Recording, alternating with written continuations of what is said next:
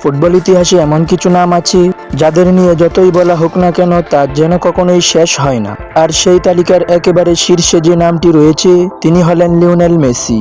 একজন ফুটবলার নন, তিনি কোটি কোটি মানুষের আবেগ, অনুপ্রেরণা এবং ফুটবলের আরেক নাম। ভাবুন তো, যে বয়সে অধিকাংশ ফুটবলার অবসরের পরিকল্পনা করেন সেই বয়সেও মেসি মাঠে নেমে প্রতিপক্ষের ডিফেন্ডারদের নাচিয়ে বেড়াচ্ছেন। তার একটি ড্রিবল, একটি পাস কিংবা একটি গোল পুরো স্টেডিয়ামের পরিবেশ বদলে দিতে পারে।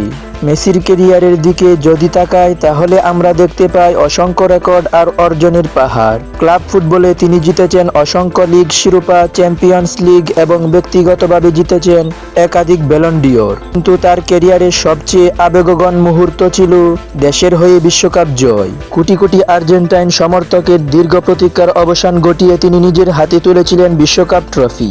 অনেক সমালোচক এক সময় বলতেন মেসির ক্যারিয়ার পূর্ণতা পাবে না যদি তিনি দেশের হয়ে বড় কোনো শিরোপা জিততে না পারেন। কিন্তু তিনি শুধু বিশ্বকাপই জেতেননি, জিতেছেন আন্তর্জাতিক ফুটবলের প্রায় সব বড় শিরোপাই। আর সেখানেই তিনি প্রমাণ করেছেন কেন তাকে সর্বকালের সেরাদের একজন বলা হয়। তবে মেসিকে শুধু তার ট্রফি দিয়ে বিচার করলে ভুল হবে। মেসির সবচেয়ে বড় শক্তি হলো তার ফুটবল বুদ্ধিমত্তা। তিনি হয়তো এখন আগের মতো প্রতি ম্যাচে 5 জনকে কাটিয়ে গোল করেন না, কিন্তু তিনি জানেন কখন গতি বাড়াতে হবে, কখন পাস দিতে হবে এবং কখন পুরো ম্যাচের ছন্দ নিজের নিয়ন্ত্রণে নিতে হবে।